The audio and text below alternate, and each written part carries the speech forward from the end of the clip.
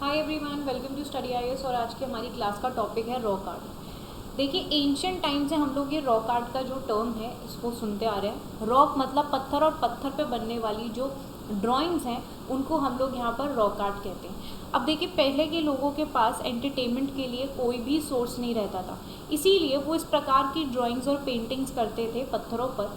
ठीक है, जो आपकी जैसे मान लीजिए वो केव्स में रह रहे हैं, तो केव्स की जो दीवार होती थी उनमें हमें इस प्रकार का रॉक आर्ट देखने को मिलता था। जैसे कि जिसका एक एग्जाम्पल है आपका भीमबेटका, है ना। भीमबेटका में हमें अच्छा खासा रॉक आर्ट जो है वो देखने को मिलता है। ऑलराइट, तो जितना भी मतलब इनके जीवन में जो भी चीज़ चलती थी, रोज़मर्रा की चीज़ है, वो ये ड्रॉ कर देते थे इस पर। जैसे कि शिकार करने जा रहे हैं तो उसकी हमें ड्राइंग्स देखने को मिल रही हैं। तो आज हम लोग यहाँ पर इस पर्टिकुलर टॉपिक में कवर करने वाले हैं कि जो मीज़ोलिथिक पीरियड था आपका, ठीक है, उस टाइम पर जो रॉक पेंटिंग थी वो डिपिक्ट करती थी that a person tilling a piece of land and has been found in Guntur district of Andhra Pradesh. ठीक है, तो यहाँ पर ये पर्टिकुलर चीज़ बताई जा रही है कि मीज़ोलिथिक पीरियड, देखिए एक तो आपका पैलियोलिथिक पीरियड है जो कि सबसे पुराना है, पैलियोलिथिक पीरियड। इसके बाद आता है मीज़ोलिथिक पीरियड, ठीक है, जिसे हम मतलब कहते हैं कि ये बीच का मिड टर्म था, जब यहाँ पर हम लोगों को काफ़ी सारे जो चेंजेस थे वो देखने को मिले थे।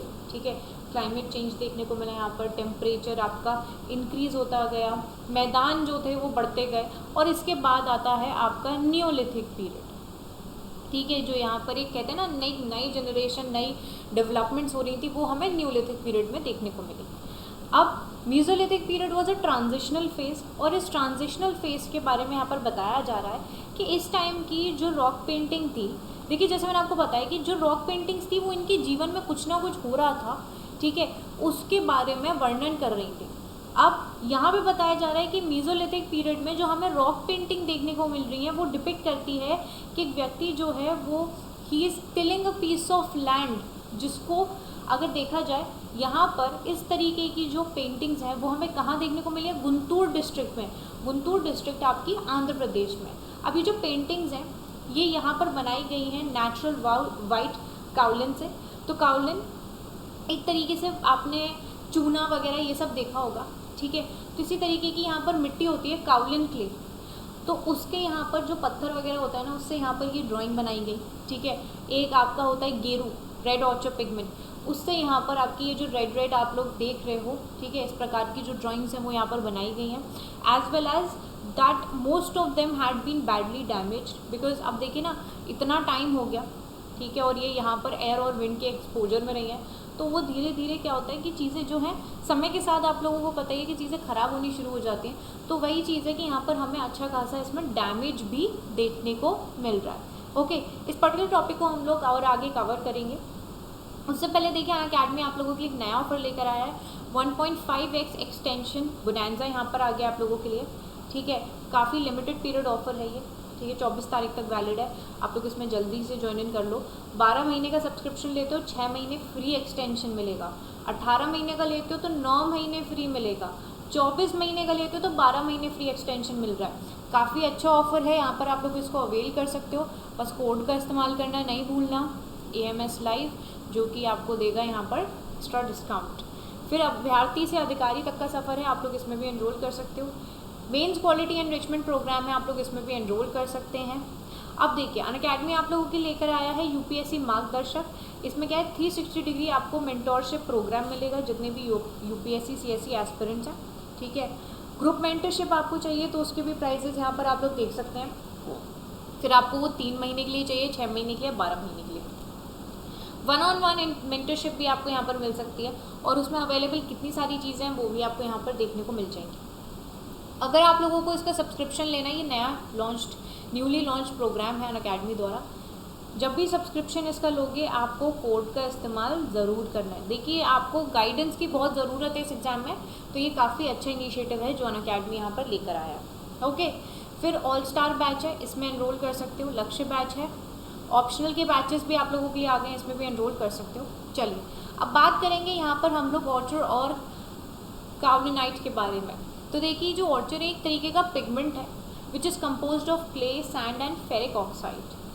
काउलिनाइट ये बहुत सॉफ्ट और earthy kind of white mineral है which is been produced by chemical weathering of aluminium silicate, ठीक है।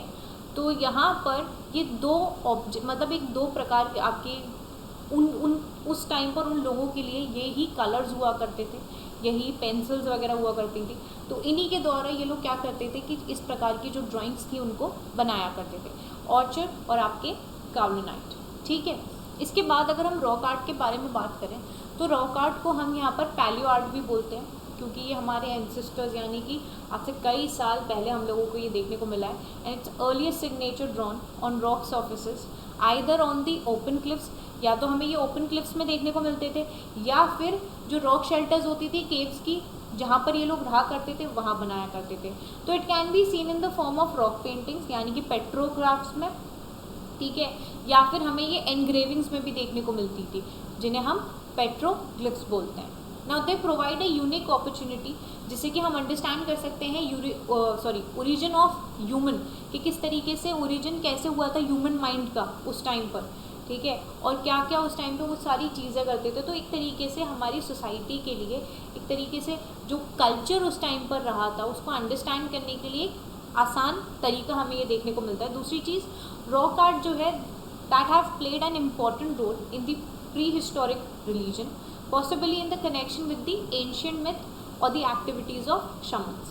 Important sites जो हैं which are located in Europe, Asia, Africa, Australia, North and South America, ठीक है, ये important sites हमें देखने को मिलती हैं यहाँ पर। और साथ ही साथ रॉक आर्ट साइट्स जो कि इंडिया के अंदर है।